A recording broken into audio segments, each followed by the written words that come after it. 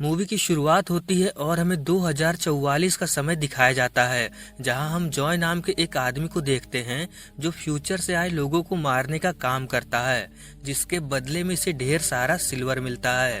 अभी 2044 में time travel machine नहीं बनी, लेकिन आज से 30 साल बाद यानी 2074 में बन जाएगी।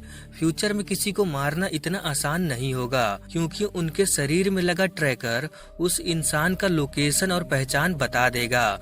इसलिए फ्यूचर में जो क्रिमिनल्स हैं, अगर उन्हें किसी को मारना होता है तो वो उस इंसान को समय में पीछे भेज देते हैं, और प्रेजेंट में यानी 2044 में जॉय जैसे और आदमी फ्यूचर से आए लोगों को मारकर ठिकाने लगाते हैं। ऐसे लोगों को लूपर कहा जाता है। इन सभी लूपर्स को एब नाम का एक आदमी कंट्रोल करता है, जो असल में फ्यूचर से ही आया है। वैसे तो लूपर बनने के बहुत फायदे हैं, लेकिन इसका सबसे बड़ा नुकसान ये है कि एक दिन आपको अपने ही फ्यूचर वाले रूप को मारना होगा, तब जाके आप रिटायर होंगे। खैर, अब मेन स्टोरी पर आते हैं। एक दिन की बात है, जॉय का फ्रेंड सेथ किसी से बचते हुए जॉय के घर पहुंचता है। ये काफी डरा हुआ था। जॉय के पूछने पर वो बताता है कि एब के आदमी इसके पीछे पड़े हुए हैं, क्योंकि आज इसने अपने शिकार को जिंदा जाने दिया।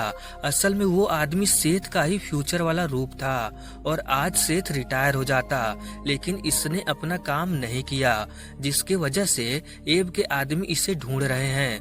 ये सब सुनकर जॉय भी डर जाता है, क्योंकि एब बहुत ही खतरनाक आदमी है। तभी दरवाजे पर एब के आदमी सेथ को ढूंढते हुए पहुंच जाते हैं। सेथ जॉय से अपनी जिंदगी की भीख मांगता है कि ये उसकी जान बचा ले। जॉय को उस पर तरस आ जाता है और वो उसे अपने लॉकर के अंदर छिपने देता है। एब का खास आदमी, जिसका नाम ब्लू है, ये जॉय के घर की तलाशी लेता है, मगर इसे कुछ नहीं मिलता। जिसके बाद वो जॉय को एब के पास लेकर आता है। एब बहुत शांति से जॉय को समझाता है कि वो अपने दोस्त को मेरे हवाले कर दे, या इसने अब तक जितना भी सिल्वर छुपा कर रखा है वो इसे दे दे। जॉय हैरान था कि ये बात इसको कैसे पता चली कि इसने बहुत सारा सिल्वर छिपा कर रखा है, जिस पर एब इसे याद दिलाता है कि शायद तुम भूल गए हो कि मैं फ्यूचर से आया हूँ और मुझे पता है कि तुम आगे क्या करोगे और कहाँ पर जाओगे। जॉय के पास अब और कोई रास्ता नहीं था। वो एब को अपने सीक्रेट लॉकर के बारे में बता देता है, जहाँ सेथ छुपा हुआ था, और एब से रिक्वेस्ट करता है कि वो उसे जान से ना मारे। दूसरी तरफ हमें ओल्ड सेथ को दिखाया जाता है, जो इस शहर से कहीं दूर भाग रहा था। तभी अचानक इसके हाथ पर 15 मिनट में किसी जगह पर आने को कहा जाता है, यानी कि ब्लू ने प्रेजेंट वाले सेथ को पकड़ लिया और वो उसके हाथ पर ये मैसेज लिख रहा है। इसका मतलब जो कुछ भी प्रेजेंट सेथ के साथ होगा वो अपने आप ओल्ड सेथ के साथ भी होगा। देखते ही देखते ओल्ड सेथ की उंगलियां और बाकी के शरीर के हिस्से गायब होने लगते हैं। ओल्ड सेथ किसी तरह अपनी जान बचाने के लिए उस जगह पर पहुंचता है जहां पर इसे बुलाया जा रहा था, मगर वहां पहुंचने पर भी ब्लू इसे जान से मार देता है। इसके अगले दिन हमें जॉय को दिखाया जाता है, जो अपने शिकार को मारने के लिए इंतजार कर रहा था, मगर इसका शिकार नहीं आता। जॉय को थोड़ा अजीब लगता है कि आज से पहले तो कभी ऐसा नहीं हुआ। तभी अचानक एक ओल्ड आदमी इसके सामने प्रकट होता है, जिसे देखकर जॉय समझ जाता है कि ये इसी का फ्यूचर वाला रूप है।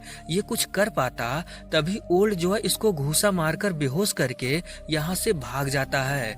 जॉय को जब होश आता है तब तक शाम हो चुकी थी, और इसको ओल्ड जैक का एक लेटर मिलता है, जिस पर इसके लिए शहर से दूर भाग जाने को लिखा था। मगर जॉय उसकी बातों को सीरियसली नहीं लेता और अपने घर पहुंचता है। घर पर सारा सामान बिखरा पड़ा था। यहाँ पर एब के आदमी जॉय को पकड़ने के लिए आए हुए थे। जॉय ब्लू को अपने लॉकर में बंद करके उससे कहता है कि वो अपने फ्यूचर रूप को ढूंढकर मार देगा, जिससे सब कुछ ठीक हो जाएगा, मगर ब्लू इसकी बात नहीं सुनता। जॉय यहाँ से अपनी जान बचाकर भागने लगता है, मगर भागने के चक्कर में वो सीढ़ियों से फिसलकर नीचे गिर जाता है। इसके बाद हमें ओल्ड जॉय की स्टोरी दिखाई जाती है कि इसके साथ उस दिन क्या हुआ था। हमें फिर से वही सीन दिखाया जाता है जो हम पहले भी देख चुके हैं, मगर इस बार ओल्ड जॉय के नजरिए से दिखाया जाएगा। जॉय अपने शिकार का इंतजार कर रहा था, तभी इसके सामने एक आदमी प्रकट होता है, जिसका चेहरा ढका हुआ था। जॉय तुरंत उसे गोली मार देता है। चेक करने पर इसे पता चलता है कि वो आदमी इसी का फ्यूचर वाला रूप था। पहचान के लिए उस आदमी की पीठ पर सोने की प्लेटें थी। इसका मतलब अब जॉय रिटायर हो चुका है। ये अपने घर आकर सारा सिल्वर कैश कराकर घूमने के लिए निकल पड़ता है। इसने इतना पैसा कमा लिया था कि इसे कोई काम करने की जरूरत नहीं। धीरे धीरे समय गुजरता है और 10 साल बाद इसके पैसे खत्म होने वाले थे, इसलिए वो फिर से क्रिमिनल वाले रास्ते पर चल पड़ता है। कुछ सालों बाद इसकी मुलाकात एक औरत से होती है, जिससे मिलने के बाद ये सारे गलत काम छोड़कर उससे शादी करके हंसी खुशी एक आम इंसान की तरह अपनी जिंदगी जी रहा था।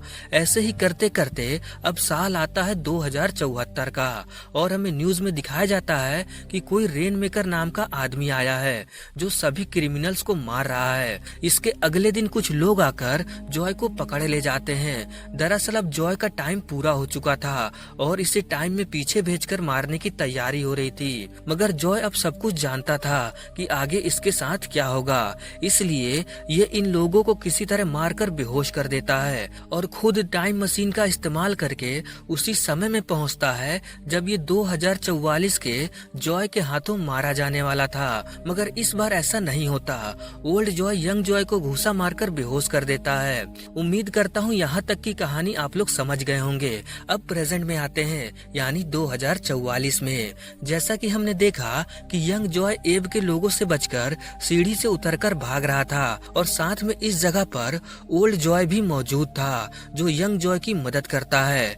जॉय 1 सीढ़ियों से गिरकर बेहोश हो चुका था, इसलिए जॉय 2 उसे अपने साथ लेकर चला जाता है। दूसरी तरफ पूरे शहर में इन दोनों को पुलिस और एब के आदमी ढूंढ रहे थे। कुछ देर बाद जॉय 1 को एक सुनसान जगह पर होश आता है और इस तरफ जॉय 2 अपने हाथ पर लिखे कुछ नंबर से 3 बच्चों का एड्रेस निकालता है। तभी इसके हाथ पर किसी जगह पर पहुंचने के लिए लिख कर आता है, जो असल में जॉय 1 ही इससे मिलने के लिए लिख रहा था। अगले दिन ये दोनों एक रेस्टोरेंट में मिलकर बातचीत करना शुरू करते हैं। जॉय 1 जॉय 2 से कहता है कि तुमने अपनी जिंदगी जी ली है, अब मुझे चैन से जीने दो। जिस पर जॉय 2 इससे कहता है कि तुम सिर्फ अपनी चिंता कर रहे हो, तुम नहीं जानते कि फ्यूचर में क्या हो रहा है। ये इसको बताता है कि फ्यूचर में रेन मेकर नाम का एक आदमी आया है जो सभी को मार रहा है और उसी के लोगों ने मेरी बीवी को मेरे आंखों के सामने मार दिया। आगे जॉय 2 ये बताता है कि वो यहाँ सिर्फ इसलिए आया है कि वो रेन मेकर को ढूंढकर मार सके, जिससे फ्यूचर में इसकी बीवी जिंदा हो जाएगी और ये भी ऑटोमेटिक अपने समय में लौट जाएगा, क्योंकि फ्यूचर में जब कोई रेन मेकर ही नहीं होगा तब इसे भी टाइम में पीछे नहीं भेजा जाएगा और इसकी बीवी भी इसके साथ होगी। जॉय 1 इससे पूछता है कि तुम रेन मेकर को कैसे पहचानोगे, जिस पर वो बताता है कि उसके पास 3 बच्चों का एड्रेस है, उन्हीं में से आगे चलकर कोई रेन मेकर बनेगा और वो उन तीनों को खत्म कर देगा, जिससे सब कुछ ठीक हो जाएगा। जॉय 1 इसको बोलता है कि तुम एक घटिया इंसान हो जो अपनी बीवी के लिए मासूम बच्चों को मारने वाले हो। मेरी मानो तो मुझे उस लड़की की फोटो दिखा दो जिससे मैं फ्यूचर में उससे मिलूंगा ही नहीं, तब वो ऑटोमेटिक बच जाएगी। जिस पर जॉय 2 कहता है कि वो अपनी बीवी को नहीं छोड़ सकता। इस बात पर इन दोनों में लड़ाई होने लगती है। तब तक यहाँ एब के लोग भी आ चुके थे। ये दोनों किसी तरह एब के लोगों से पीछा छुड़ाकर खेतों में जाकर छिप जाते हैं। जॉय 1 पूरा दिन खेतों में ही छिपा रहता है। इसकी तबीयत खराब हो रही थी। ये खेतों के अंदर ही अंदर एक घर के पास पहुंचता है जहां एक औरत अपने बेटे के साथ रहती थी। इसका नाम सेरा और इसके बेटे का नाम सिड है। सेरा जॉय की देखभाल करती है ताकि जॉय की तबीयत सही हो सके। अगले दिन जॉय की तबीयत ठीक होने पर सेरा इसको यहाँ से जाने को कहती है, जिस पर जॉय इसको कहता है कि उसके पीछे कुछ लोग पड़े हैं जो इसे मारना चाहते हैं, इसलिए ये इसको यहाँ खेतों में कुछ दिन के लिए रहने दे। और जॉय सेरा को एक नक्शा दिखाकर इससे पूछता है कि ये घर कहाँ पर है। ये नक्शा देखकर सेरा डर जाती है क्योंकि नक्शे में जो घर मार्क किया गया था वो इसी का घर है। सेरा डरते हुए जॉय को गन पॉइंट पर लेकर इससे पूछती है कि तुम कौन हो और यहाँ पर क्यों आए हो, जिस पर जॉय इसे सारी बात बताता है कि एक आदमी फ्यूचर से रेन मेकर को मारने आया है और हो सकता है वो रेन मेकर तुम्हारा ही बेटा हो, क्योंकि उसके पास जो 3 एड्रेस है उसमें से तुम्हारा घर भी है, इसलिए मुझे यहाँ रहने दो। जब वो यहाँ आएगा तब मैं उसे मार दूंगा, जिसके बाद सारा खेल खत्म हो जाएगा। सैरा इसकी बात समझकर इसे यहाँ रहने देती है। दूसरी तरफ जॉय टू पहले घर के पास उस छोटे लड़के को मारने आया था। हालांकि ये ऐसा करना तो नहीं चाहता था, मगर इसकी भी मजबूरी है। ये उस लड़के को मार देता है, मगर फिर भी ये फ्यूचर में नहीं पहुंचता। इसका मतलब इसने गलत लड़के को मारा। ये जानकर जॉय टू बहुत रोता है, क्योंकि इसने एक बेगुनाह को मार दिया। इसके बाद ये दूसरे लड़के के पास पहुंचता है। इस तरफ एक ऑफिसर जॉय को ढूंढते हुए सैरा के घर आकर पूछताछ करने लगता है। जॉय इस ऑफिसर के सामने आकर इसको समझाने की कोशिश करता है, मगर ये ऑफिसर जॉय की बात नहीं मानता। तभी सिड नीचे आ रहा था और वो ऑफिसर को देखकर डर के मारे सीढ़ियों से फिसलकर नीचे गिर जाता है। जिसके बाद यहाँ पर बहुत ही अजीब चीज होती है। घर में रखे सभी सामान अचानक से हवा में उड़ने लगते हैं। सैरा तुरंत जॉय को लेकर घर से बाहर की तरफ भागने लगती है और घर के अंदर सभी सामान सहित ऑफिसर भी हवा में था और देखते ही देखते वो ऑफिसर मारा जाता है। इसका मतलब सिड ही आगे चलकर रेन मेकर बनेगा। यहाँ पर मैं आप लोगों को एक चीज बताना भूल गया कि इस दुनिया में 5 से 10% लोगों में चीजों को हवा में उड़ाने की पावर होती है, मगर इसका इस्तेमाल लोग लड़कियों को इम्प्रेस करने में ज्यादा करते हैं। मगर सिड में बहुत ज्यादा पावर थी जो वो खुद भी कंट्रोल नहीं कर पाता। दूसरी तरफ जॉय टू दूसरे लड़के को मारने आया था, लेकिन यहाँ ब्लू उसे पकड़ लेता है। इसी बीच जॉय टू को विजन में ये पता चल जाता है कि असली रेन मेकर कौन है, क्योंकि जो इस वक्त जॉय वन देख रहा है वो सब कुछ जॉय टू की यादों में आ रहा है। जॉय वन जब ये जान गया है कि असली रेन मेकर यही लड़का है, तब ये खुद उसको मारने के लिए तैयार था, क्योंकि ये दुनिया के लिए बहुत ही खतरा बन सकता है। सैरा इसे समझाती है कि वो उसे अपनी शक्तियों पर कंट्रोल करना सिखाएगी और उसे एक अच्छा इंसान बनाएगी, इसलिए प्लीज उसे मत मारो। जॉय को उस बच्चे पर तरस आ जाता है और वो उसे नहीं मारता। ये सैरा को जल्द से जल्द अपने बच्चे को लेकर यहाँ से भाग जाने को कहता है, क्योंकि एब के लोग और जॉय टू भी यहाँ पहुँचने वाला है। इस तरफ जॉय टू को दिखाया जाता है जो एब के अड्डे पर था और मौका देखकर ये इन सभी लोगों की बैंड बजा देता है, मगर ब्लू किसी तरह बच जाता है जो क्लाइमेक्स में मरेगा।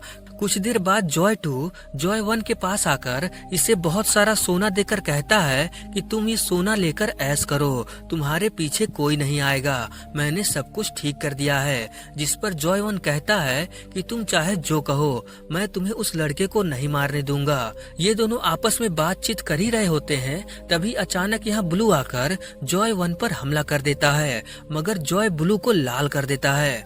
इस मौके का फायदा उठाकर जॉय टू उस लड़के को मारने के लिए निकल पड़ता है। सैरा अपने बेटे को लेकर यहाँ से भाग रही थी, लेकिन जॉय टू इनके सामने आकर इन पर गोलियां चलाने लगता है, जिससे डरकर सिड फिर से अपनी पावर का इस्तेमाल करके अपनी ही गाड़ी को हवा में उड़ाकर गिरा देता है, जिसमें सैरा को थोड़ी चोट भी लग जाती है। मगर फिर भी सैरा अपने बेटे को लेकर जॉय टू से दूर भाग रही थी और जॉय टू लगातार इन पर गोलियां चला रहा था।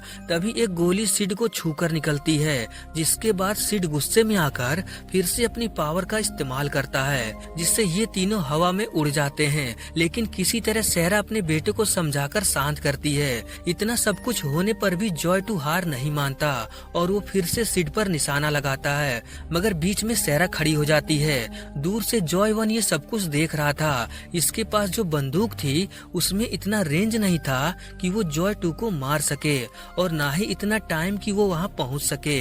तभी ये सोचता है कि आगे क्या होगा। अगर जॉय टू सैरा को मार देता है तब सिड अपनी माँ को मरता हुआ देखेगा, और अगर ये किसी तरह बच गया तो ये जरूर बुराई का ही रास्ता चुनेगा और आगे चलकर रेन मेकर बनेगा। इसका मतलब ये कहानी जहाँ खत्म हुआ वहीं फिर से शुरू होगा, बिल्कुल एक टाइम लूप की तरह। ये बात समझते ही जॉय वन अपने आप को ही मार लेता है, क्योंकि यही एक रास्ता था इस लूप को तोड़ने का। ऐसा होते ही जॉय टू भी यहाँ से गायब हो जाता है। अब मूवी के आखिरी सीन में हम देखते हैं कि सैरा अपने बेटे को लेकर यहाँ से जा रही थी और अब ये सिड का बहुत अच्छे से ध्यान रखेगी और उसको अपने शक्तियों पर कंट्रोल करना सिखाएगी, जिससे आगे चलकर ये कोई बुरा आदमी न बने। और इसी के साथ ये फिल्म, ये कहानी यहीं पर खत्म हो जाती है। तो दोस्तों, ये थी इस मूवी की कहानी। इस मूवी का नाम है लूपर, जो 2012 में रिलीज हुआ।